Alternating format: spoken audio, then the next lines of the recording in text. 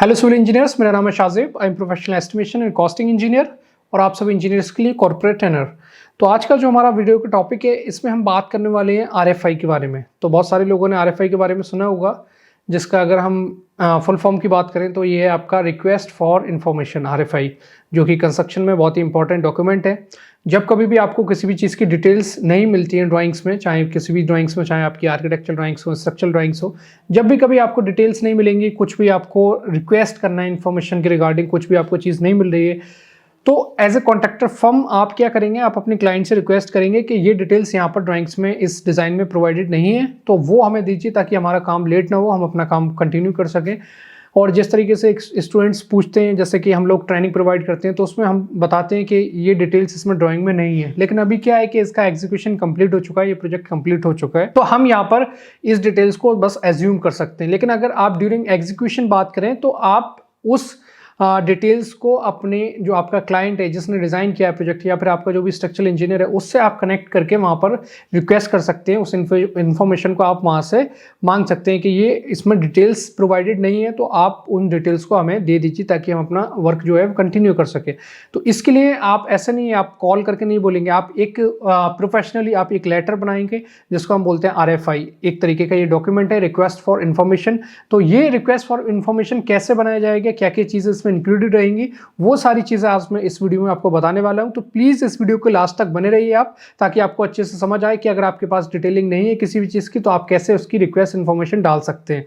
तो चलिए हम अपनी वीडियो को स्टार्ट करते हैं। तो सबसे पहले आप यहाँ देखेंगे, आप यहाँ देख पा रहे हैं, आपको ये दे रखा है रिक्वेस्ट फॉर इन्फॉर्मेशन। ठीक है, तो ये आपका टाइटल है, रिक्वेस्ट फॉर इन्फॉर्मेशन, जिसको आरएफआई भी बोला जाता है, और आरएफआई नंबर 1 है। ठीक है, तो जैसे कि अगर आप पहला यानी कि आपकी फर्स्ट आरएफआई है, तो यहाँ पर आपका नंबर 1 रहेगा, या फिर आपका दूसरी, चौथी, पांचवी की कोई भी हो सकती है आपकी, तो वो आप नंबर अपने हिसाब से डाल सकते हैं कि आपकी कौन सी आरएफआई है।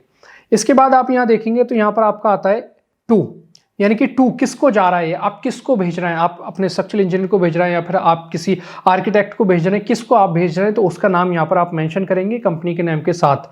टू द इंजीनियर और आर्किटेक्ट, जो भी इंजीनियर आर्किटेक्ट होगा उसका नाम यहाँ पर आपको शो करना पड़ेगा। तो और किसकी तरफ से जा रहा है ये, फ्रॉम कॉन्ट्रैक्टर फर्म, जो आपकी कॉन्ट्रैक्टर फर्म है उसकी तरफ से जा रहा है, या फिर आपका जो भी कोई भी कॉन्ट्रैक्टर का रिप्रेजेंटेटिव है जो कि काम करा रहा है, एग्जीक्यूशन करा रहा है, उसको डिटेल चाहिए, वो अपना नाम लिख करके और कॉन्ट्रैक्टर कंपनी का नाम यहाँ पर शो कर सकता है। तो 2 में जिसको जा रहा है और फ्रॉम में जिसकी तरफ से जा रहा है, वो आप यहाँ पर नाम शो करेंगे। और इस जो इन्फॉर्मेशन रिक्वेस्ट है आगे बहुत डिटेल में मैं आपको बताने वाला हूँ, तो प्लीज़ इस वीडियो के लास्ट तक आप बने रहिए। इसके बाद यहाँ पर आप देखेंगे डेट में आप जिस भी डेट को इसको बना रहे हैं वो डेट आप यहाँ पर शो कर देंगे। और इसके बाद आप देखेंगे रेस्पॉन्स रिक्वायर्ड बाई। ठीक है, तो रेस्पॉन्स रिक्वायर्ड बाई में आपको क्या करना है, यहाँ पर आप देख सकते हैं response required by.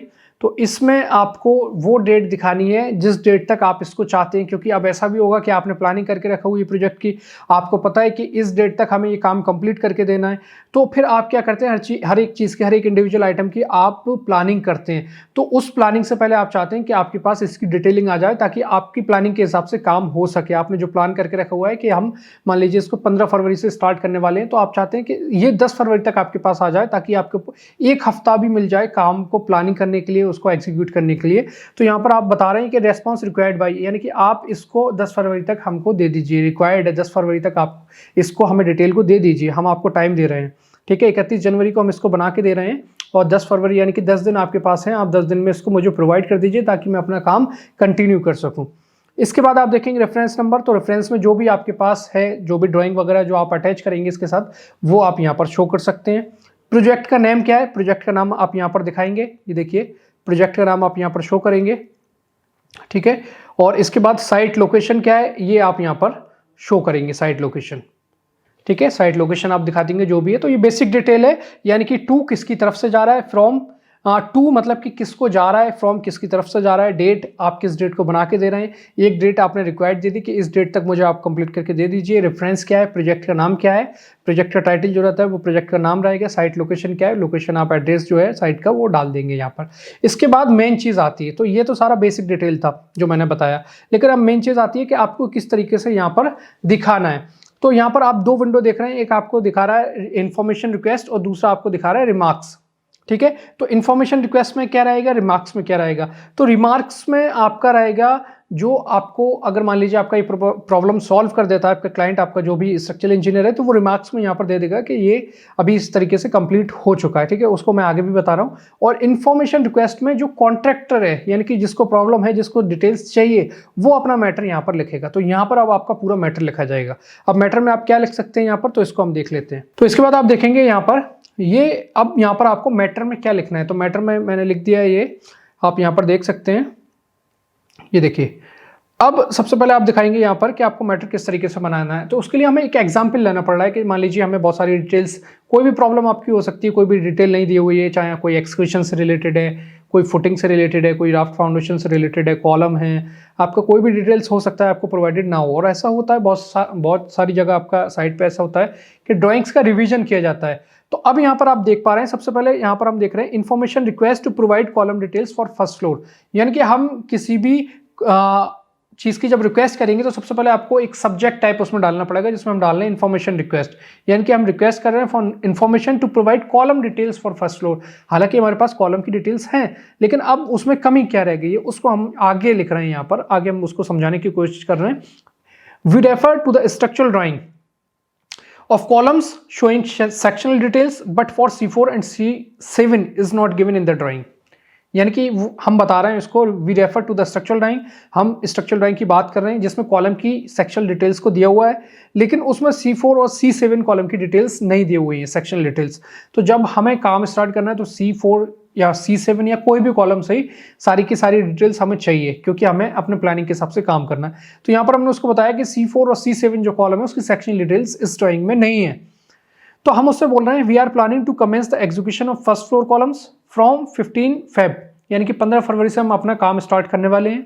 And we need a week for a preparation and planning, so your prompt response will be highly appreciated to avoid delay in work implementation. यानी कि हमें एक हफ्ता चाहिए उसका प्रिपरेशन करने में, प्लानिंग करने में। तो आपसे रिक्वेस्ट है कि आप इसको जल्दी से जल्दी हमको प्रोवाइड कर दें, ताकि हमारा जो काम है वो किसी भी तरीके का उसमें इम्प्लीमेंटेशन करने में देर ना हो। तो इस तरीके से आप इसका मैटर लिख सकते हैं। ये मैटर लिखने के बाद अब मैटर ये नहीं है कि सेम यही रहेगा, आप अपने हिसाब से कुछ भी चेंज कर सकते हैं।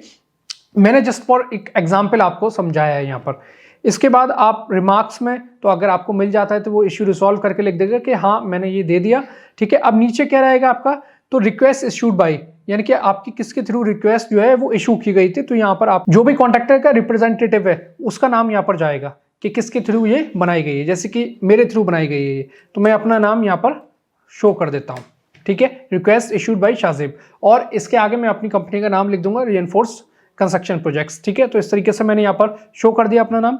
इसके बाद रिसीव्ड बाय, अब मान लीजिए मेरा कोई भी क्लाइंट है, कोई CPWD का क्लाइंट है, तो उसका नाम यहाँ पर जाएगा और उसकी जो पोस्ट है, उसकी जो कंपनी है, वो यहाँ पर आप शो कर दोगे इसके कि आपने जो रिक्वेस्ट बना के भेजी है वो किसके थ्रू इश्यूड की गई है, मेरे थ्रू इश्यू की गई है वो। और रिसीव्ड यानी कि मैंने किसको रिसीव कराई, मैंने क्लाइंट के किस बंदे को, किस पोस्ट के बंदे को रिसीव कराई है, वो यहाँ पर आप शो करोगे।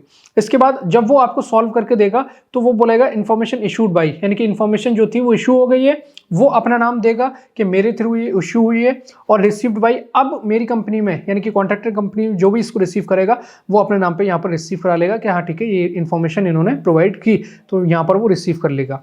डेट और टाइम जो भी आप जब बना के दे रहे हो, जब रिसीव करा रहे हो, उसको आप अपनी तरफ से तो वहाँ पर डेट और टाइम शो कराओगे।